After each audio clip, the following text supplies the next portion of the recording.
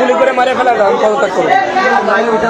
তাকে গুলি করে মারে ফেলা দিয়ে চলে যাও, পদত্যাগ আমি করবো না।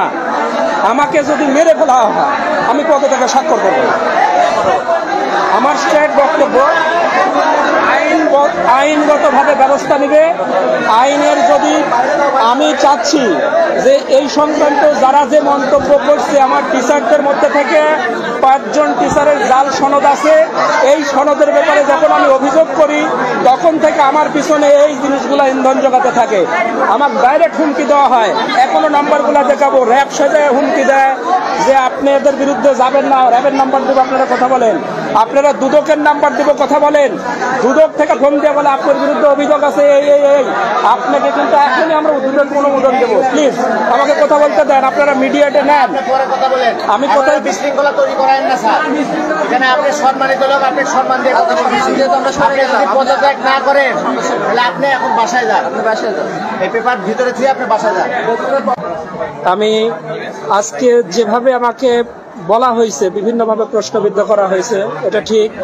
প্রশ্নের আলোকে আমি কিছু কিছু উত্তর দিয়েছি, কিন্তু সেই উত্তরগুলো হয়তো দেখা যাচ্ছে সংখ্যায় আধিক্য হওয়ার কারণে আমার কথাটার এত গুরুত্ব বহন করে নাই। তবে আমি অনুরোধ করব যে এই প্রতিষ্ঠানে কর্মরত থেকে, এই প্রতিষ্ঠানের যে পরিশ্রম আর ত্যাগ করে আমি এই প্রতিষ্ঠানকে সাজানোর জন্য দিন রাত অক্লান্ত পরিশ্রম করে যাচ্ছি, একটা কুচক্রী মহলই আমি বলবো, আমার টিচারের মধ্যেই কয়েকজন আছেন, তারা খুব আপ্রাণ চেষ্টা করতেছিল 2000 আজ থেকে 5 বছর আগের থেকে। আমি প্রতিবাদেও লিখেছি যে তারা যে কোনো মূল্যে আমাকে সরাতে পারলে তাদের অনেকগুলা কাজের ওরা স্বীকৃতি পাবে। হয়তো আমি চেয়ারে থাকবো না, তাকে দিয়ে করাবে, এবং পূর্বে সেটাও ঘটছে। আমার কাছে ডকুমেন্টস আছে, আপনারা চাইলে দেবো। ব্যক্তিগতভাবে এত বড় একটা কাজ আমার প্রতি চাপাবেন না। আমার একটা পরিবার আছে, আমার একটা সম্মান আছে। এটা প্রমাণ হলে অটো দেখবেন যে আইনগতভাবেই আমি থাকবো। অতএব আপনারা আমাকে চাপ সৃষ্টি করে আমাকে পদত্যাগে বাধ্য করেন না। আপনারা আইনগতভাবে, যদি আমি সত্যি অপরাধী হই, আমি নিজেই চলে যাচ্ছি, তো আইনগত